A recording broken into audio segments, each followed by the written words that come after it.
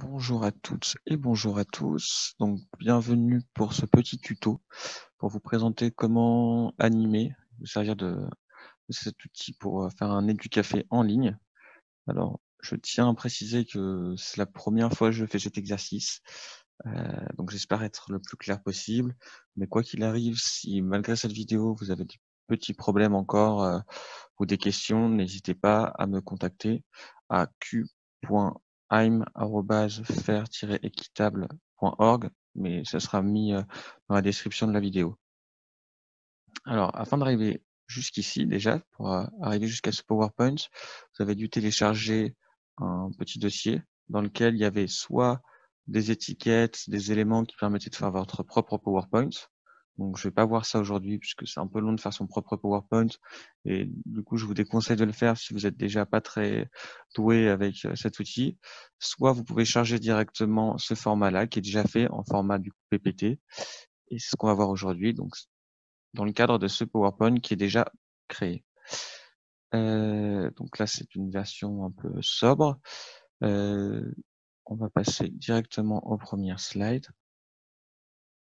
Dans cette première slide, l'important, bien évidemment, c'est de faire un peu interagir le public. C'est pour ça qu'il y a régulièrement s'amuser et de bien leur expliquer que l'important dans ce jeu, puisque ce PowerPoint était fait pour faire l'éducafé, mais aussi pour le faire partager pour plus tard. Donc à chaque fois qu'on l'anime, à chaque fois qu'on anime l'éducafé, le but est potentiellement de faire en sorte que les personnes animées deviendront les animateurs et ainsi de suite. C'est vraiment, on est dans une idée de faire boule de neige.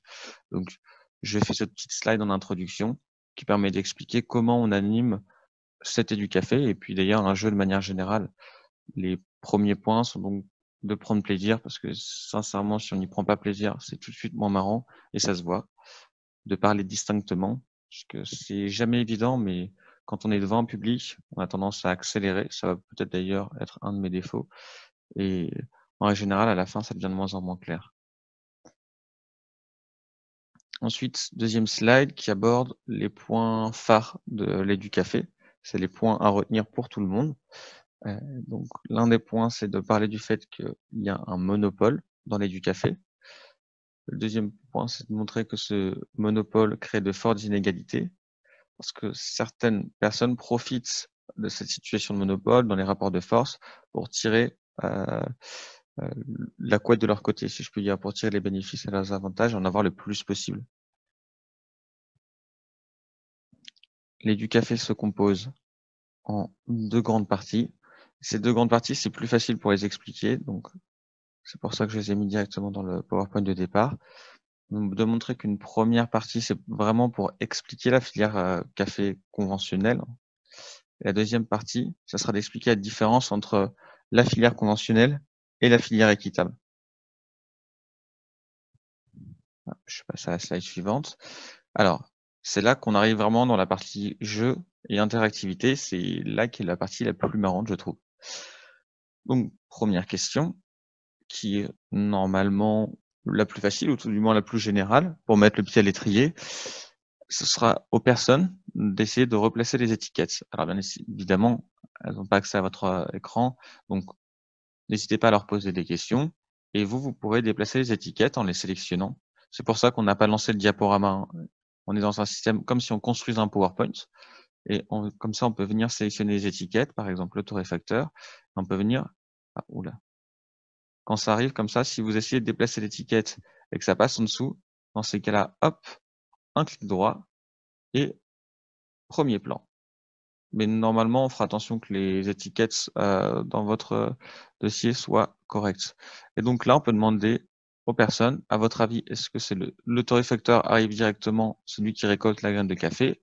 Est-ce qu'il arrive après ceux qui cultivent le café, etc., etc. Donc, il y a plusieurs étiquettes. N'hésitez pas à les faire participer. Une bonne manière pour les faire participer et de leur demander de le mettre directement dans la conversation. Comme ça permet de faire le jeu micro-coupé, ce qui est en règle générale plus clair. Parce que si tout le monde a son micro ouvert, c'est le problème en ce moment de tous les webinaires, c'est que si tout le monde a son micro ouvert, on va entendre la cuisine de machin, bidule qui tousse, ça va pas être clair du tout. Donc, pour plus de clarté, n'hésitez pas à leur demander de le mettre en conversation, c'est ça, un petit message. Et donc là, interactivité, on va leur demander le distributeur, où est-ce que je le mets? Par exemple, je le mets là.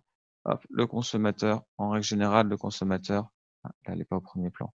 En règle générale, le consommateur, on sait qu'il arrive vers la tasse de café, c'est lui qui la boit. Et donc là, à vous de déplacer les étiquettes en fonction. Bien évidemment, les étiquettes sont trop grosses sur cette slide-là. Vous inquiétez pas, elles seront belles et bien rangées sur la slide d'après. C'est la magie de l'informatique. Donc, hop, hop, là, je les remets vite fait. Et on passe, hop, quand vous passerez à la fin, vous aurez mis toutes vos étiquettes, donc c'est pas grave si elles sont pas très bien rangées. Vous passez à la slide d'après, et là, c'est tout propre. C'est la slide qui vous permet de bien expliquer. Mais l'avantage de la slide numéro 5, juste avant, c'est que les noms sont plus gros. J'ai laissé les étiquettes grosses exprès pour faire en sorte que tout le monde puisse voir. Là, c'est vrai que c'est un peu plus compliqué à voir. Ensuite, arrivé là, n'hésitez pas du coup, à regarder le PowerPoint avant de l'animer. Et donc là, vous pouvez bien expliquer que en amont, il y a les producteurs et les productrices qui récoltent le café, qui le cultivent et qui le récoltent. Ça passe aux négociants et les négociants récupèrent de grandes quantités. Ils en récupèrent partout, ils en stockent de grandes quantités et c'est eux qui peuvent vendre en gros aux torréfacteurs. Les torréfacteurs, donc je vous l'ai mis là en numéro 3, sont Nestlé, Lavazza, JDE. C'est important de donner les noms parce que ça permet aux personnes de se rendre compte. Ça permet de sortir de la théorie. Ensuite, les distributeurs. Donc là, pareil, là, ce sont des distributeurs français, hein, Édouard Leclerc, Carrefour. Et les consommateurs. Ensuite, deuxième étape, le poids des acteurs dans la filière. Donc là, il s'agit de savoir qui pèse 25 millions de personnes, qui représente 6 groupes, qui boit 2 milliards de tasses par jour. Et c'est là qu'il va falloir faire bien attention. Bien attention, pourquoi? Parce que 25 millions, c'est 25 millions de personnes, comme je l'ai indiqué là. 2 milliards de tasses par jour, et je le répéterai dans la slide d'après, les 2 milliards de tasses par jour, c'est dans le monde. Donc il va y avoir des histoires d'échelle qui ne seront pas tout le temps les mêmes. C'est toujours compliqué d'avoir la même échelle, puisque on parle d'une filière dans le monde, mais qui à la fin touche les Français. Donc on passe notre temps à changer d'échelle. Donc 6 groupes, ce sera 6 groupes en France, 2 milliards de tasses vues par jour dans le monde. Et 25 millions de producteurs, bien évidemment, dans le monde. C'est tous les producteurs de café. Donc, on arrive. Vous l'animez bien évidemment comme la fois précédente, en interrogeant, en faisant étiquette par étiquette, voilà, en essayant de mettre le plus d'interactivité possible. C'est très important. Ensuite, on arrive, encore une fois, à un endroit où c'est merveilleusement tout rangé. Là, on n'oublie pas de ressortir les chiffres et d'expliquer. Donc, il y a 25 millions de producteurs dans le monde, 3 groupes de négociants qui se partagent 50% du marché dans le monde. Et donc, c'est 6 groupes distributeurs en France. Et l'astuce, c'est qu'en général, si vous prenez le PowerPoint qui est déjà fait, quand je donne des exemples, je donne les 6 groupes français au tout début, pour donner un exemple de ce qu'est un distributeur. Bien sûr, des distributeurs, c'est 6 groupes globalement qui se partagent, mais il peut exister le petit distributeur de votre village, mais celui-là, il ne sera pas pris en compte. On est vraiment dans les distributeurs dans le monde. Alors, j'essaie d'être rapide et succinct dans cette présentation pour pas faire un tutoriel de 3 quarts d'heure. Donc, c'est pour ça, encore une fois, si vous avez des questions, n'hésitez pas après à me contacter. Je ne vais pas faire tous les cas précis. On passe maintenant à la 3e étape de l'étude café. Donc là, c'est une partie très importante. C'est la partie, comme je vous montrais, le point clé des inégalités. Et c'est ça qu'il faut montrer.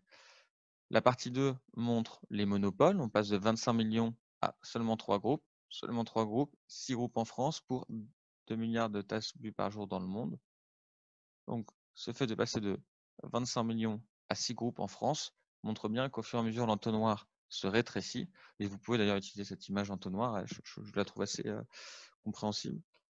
Et plus l'entonnoir se rétrécit, plus bien évidemment, les acteurs qui gèrent à eux tout seuls une grande part du marché peuvent tirer les bénéfices de leur côté. Et c'est là toute l'idée de cette partie-là. Donc, qui représente 1 milliard d'euros. Alors, l'échelle est sur 20 ans. Hein. Là, c'est pas précisé, donc je le précise maintenant et ça sera précisé sur la slide 10. Mais sur l'ensemble de la richesse qui a été dégagée, donc qui a été dégagé 1 milliard ici, 64 millions ici, qui qui prend les 64 millions et qui prend les 1,2 milliard. Hop. Donc l'important est d'expliquer que ce sont les 3 groupes à 80% du marché, et donc 3 groupes de torréfacteurs, pardon, et les 6 groupes de distributeurs qui se font à eux tout seuls 1,2 milliard d'euros, soit 96% de la valeur. Et pourquoi? Parce que, vous voyez, la manière dont c'est réparti, les torréfacteurs et distributeurs, eux, ils correspondent aux pays du Nord, alors que les producteurs, productrices et négociants, eux, ils agissent principalement dans les pays du Sud. Et on voit bien que plus on est proche de la matière première, moins on récupère d'argent. Alors pourtant, c'est eux qui sont les plus proches de la production. À l'inverse, plus on est loin de la matière première, plus on récupère d'argent, puisqu'on a bénéficié de cet effet d'entonnoir, que on est les derniers interlocuteurs vers les distributeurs. Donc, je ne lis pas, mais c'est ce qu'il y a à peu près d'expliquer au fur et à mesure dans les slides. Ensuite, on arrive à la deuxième partie, qui est une partie clé et essentielle. C'est que normalement, la plupart des personnes se sont dit que c'est assez incroyable et c'est cette inégalité de richesse. Et donc là, on va montrer que la filière équitable est une solution par rapport à la filière conventionnelle pour commencer à corriger ces inégalités, pour commercer différemment. C'est toute l'idée qu'on défend à faire un monde équitable, c'est de montrer que acheter commerce équitable, c'est pas juste acheter comme ça fait du bien, c'est vraiment, ça participe à faire un monde équitable. Pour cela, on va leur demander, alors vous inquiétez pas, hein, il y a beaucoup d'étiquettes, vous n'êtes pas obligé de les faire une par une. Je vous conseille de faire les plus extravagantes et après, n'hésitez pas à passer à la slide 12. Donc, et à la slide 12 d'ailleurs, il y a toutes les réponses. Et en soi, si vous voulez, on pourra vous renvoyer des photos si vous n'arrivez pas à avoir les réponses.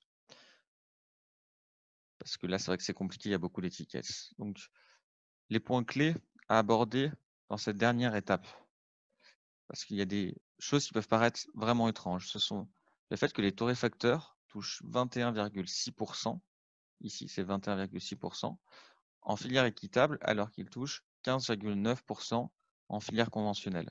Cet écart important, il est dû au fait que les torréfacteurs conventionnels sont les 3 gros groupes dont on a parlé au début et que eux font des quantités astronomiques.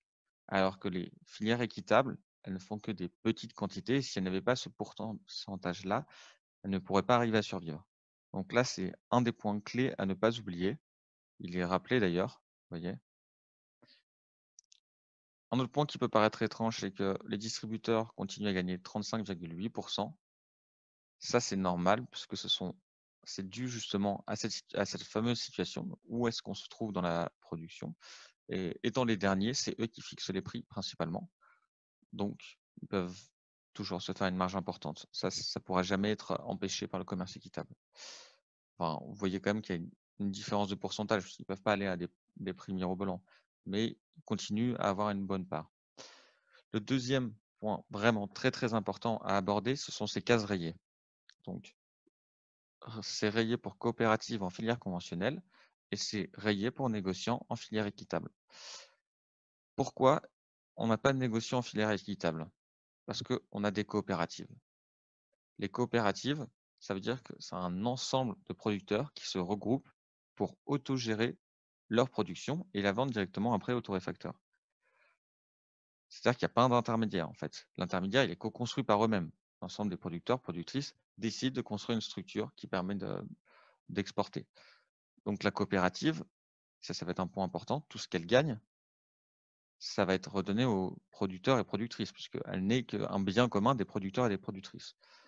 Donc en réalité, quand on voit ici que la coopérative gagne 18,8%, après les producteurs et les productrices 7,8%, si on veut faire la part qui revient réellement aux producteurs et aux productrices, il faut additionner la part qui vient à la coopérative et la part qui revient aux producteurs et productrices. A contrario, les producteurs et les productrices qui gagnent 5,5% en filière conventionnelle n'ont pas la part des coopératives. Les négociants jouent pour eux, donc ils n'ont que 5,5%. Et c'est ce décalage-là qu'il faut montrer. C'est vraiment quelque chose, un passage très important dans les du café. Les négociants, ce sont juste des personnes qui achètent à plein de producteurs et productrices pour faire de grandes quantités et pour vendre aux torréfacteurs. Ça évite aux torréfacteurs d'aller voir un par un chaque famille, etc. Mais du coup, forcément, ça fait une perte pour les producteurs et les productrices. Sur la fin de l'aide du café, il est rappelé les points clés et cette partie. Coopérative, pardon, négociant, part au réflecteur plus élevé en équitable. C'est également l'occasion d'interagir avec les personnes pour voir si elles ont tout compris et si elles n'ont pas compris, qu'ils n'hésitent pas à poser des questions maintenant. Pour la fin, pour ouvrir un peu, on vous propose à la fin alors c'est disponible qu'à la fin du PowerPoint déjà fait et vous pouvez, sinon, c'est pareil, faire votre PowerPoint et à la fin, reprendre cette partie quiz. On vous propose un test de connaissances. Donc théoriquement, pour celui-là, pas besoin de rester, heu, en mode slide. Vous pouvez vous mettre directement en mode diaporama. Moi, je vais rester en mode slide parce que ça sera plus facile pour vous expliquer. Donc, quelques questions. Et là, l'objectif principal est d'essayer de les faire interagir. Les questions sont principalement sur le café, mais il y en a quelques-unes sur les labels aussi. Je vous laisserai les regarder une par une. Là, la seule chose dont vous allez avoir besoin, c'est du petit fichier avec les réponses qui vous sera communiqué également dans tout le dossier que vous avez téléchargé. À la toute fin, et maintenant à toi de jouer, c'est l'occasion pour vous d'essayer de faire en sorte que les personnes vous suivent sur les réseaux sociaux. C'est très important, on a tendance à l'oublier et de leur demander de partager du café aussi. Si les personnes aiment les du café, encore une fois, l'objectif, c'est que l'animé devienne animateur un jour et faire effet boule de neige pour que tout le monde comprenne les enjeux du commerce équitable dans le café. J'espère que vous avez passé un bon tuto, que j'ai réussi à vous former et si ce n'est pas le cas, encore une fois, n'hésitez pas à me recontacter. Merci et au revoir.